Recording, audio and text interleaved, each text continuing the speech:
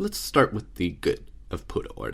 The on-ice action shots were phenomenal, as were the high-intensity still frames. The bad was everything else. The bloated filler it took to get to the games. The setup for the show took 6 episodes to get to a practice game. And it wasn't until the end of episode 8, about episode 9, before they actually play a freaking game. The whole aspect of the crochet club was unnecessary. The hot springs did not matter. In episode 7, they go to Okinawa for a beach episode. In my ice hockey anime. The reporters were useless, as was the fan club and its members. What these two groups should have been is they should have been commenters on the game. They should have been in the audience telling us what's going on, like every other sports anime. So let's take a look at some other sports anime. The most common of which, of course, is baseball. And this works because it's mostly just standing around talking. There's not a lot of animation for this, and yet it is still can be intense and dramatic. It can have rivalries and whatever. This is all just sort of the rising action that builds high excitement in the games. And then when they're not standing around, then you'll have your short bursts of action, which you can actually fully animate, which Pura Ore does well. It does animate its short bursts of action quite well. The problem is comparing ice hockey to baseball. Ice hockey is too fast. There's not really any opportunities to be standing around talking. Or is there? There's always time. Take a look at Slam Dunk, where you'd have 1 minute of in-game time take like 20 episodes. Or friggin' Akagi, where a single Mahjong game has been going on for 20 years of publishing. It's common in sports anime to prolong time. And even a fast sport like hockey, well, if you take a look at a fast, continuous sport like basketball, it is also go, go, go. Some amazing basketball anime include the aforementioned Slam Dunk. There's also Kuroko no Basket. And of course, who could forget Basquash? So what Kuroko does is it takes long swaths of time mid-game to explain everything. For example, one of the characters, Kisei, he's got a super ability, and one shot takes 2 minutes and 50 seconds. Everyone is standing around talking, the audience is commenting, and yet the entire scene is epic. What these shows do is they take these liberties for the sake of storytelling. And you might argue that, no, it's the superpowers that make it epic. Well, it can still be realistic, even without superpowers, if instead of the superpowers you have something like a rivalry.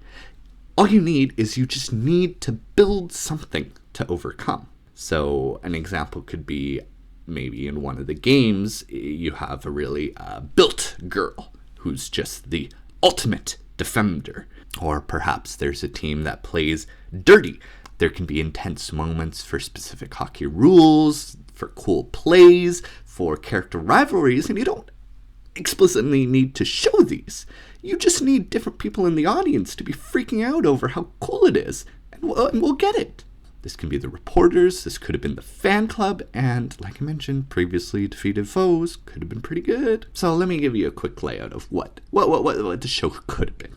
First, looking at the characters. Mami, yeah, she can still be the same, but she should be on the other team, and it would be cool if she was like a secret shadow character that's like watching them practice or watching the games to like build up to the fact that she'll be the main rival for season 2. Yu, Riko, and Naomi, they can be the same. And then what they should have done with Manaka, Ayaka, and Karuko, just make those 3 the new recruits.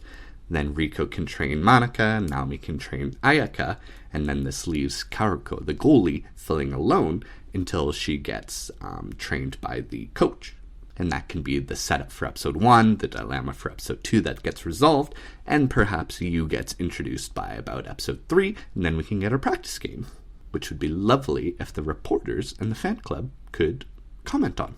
Then for the next couple of episodes, we could have done the Ultimate Defender I mentioned before, where everyone gets stonewalled and taunted and tormented by her, till Rico realizes that she's not alone, and they overcome with the forwards trusting one another, which triggers the backstory of the Defender, where she had no friends and all that, boring stuff. But it works! And that Defender can come to the next game, so maybe shoving her mouth full of food, because it's still anime. Next game, another 2 episodes, maybe the cheating team. Everyone panics, they can't play, the team falls apart. Even the main character can get discouraged. And this is when Kaoruko, the goalie, can bring everyone together. Even though she's had it the hardest, they can play normal and win because the other team actually sucks. And then this brings up the backstory about how this team was always at the bottom, so they made the secret plan and they became a strong team, but now they'll turn a new leaf and a couple of them will show up for the next game. And then the final game, this is a big one, we'll need at least 4 episodes. Maya Walker and Eri, that's fine, they can be the same. Eri especially, since she was a defender, she was able to challenge you directly, which was fantastic. So, Mimori Suzuku. So maybe it starts off with Maya and Eri dominating the team, but then the defenders go to double team Maya, and she just passes the puck. And then maybe there's a backstory about this other player who was always number 2 until you left, and then it was her time to shine, but she just couldn't perform.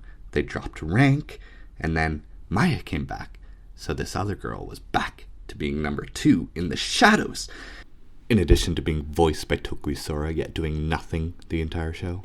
But seeing the tenacity of her rivals and how they never give up, it awakens her back to performing. And, I'm not a writer like Puda Ore. You could have done so much more. And so I'm not going to write all the other characters. But, you guys were making an anime, so you could have at least tried. Anyhow, good guys win, everyone cheers, and it's awesome. Although, I think I might be forgetting something, perhaps in an integral part of... Oh no. The idol stuff. It was actually pretty good. It was non-intrusive. There was barely any hints to the victory dances during the show, and absolutely no mention of them during the games. And then the dances just replaced the ending theme, so they didn't even take up runtime. Honestly, good restraint. Did not mind the idol stuff whatsoever. So, in conclusion, Pura Ore, Pride of Orange, it dragged its feet with the crochet stuff, the hot springs junk, and the Okinawa Beach episode. There were no adversaries introduced in the first 2 games, nor time to experience the intensity of the game, or commenters to continually hype us up. This builds to a disappointing waste of time, which is heartbreaking, because actually it could have been good, but it did nothing to help itself. So, the ice hockey anime will fade into obscurity, never living up to what it could have been.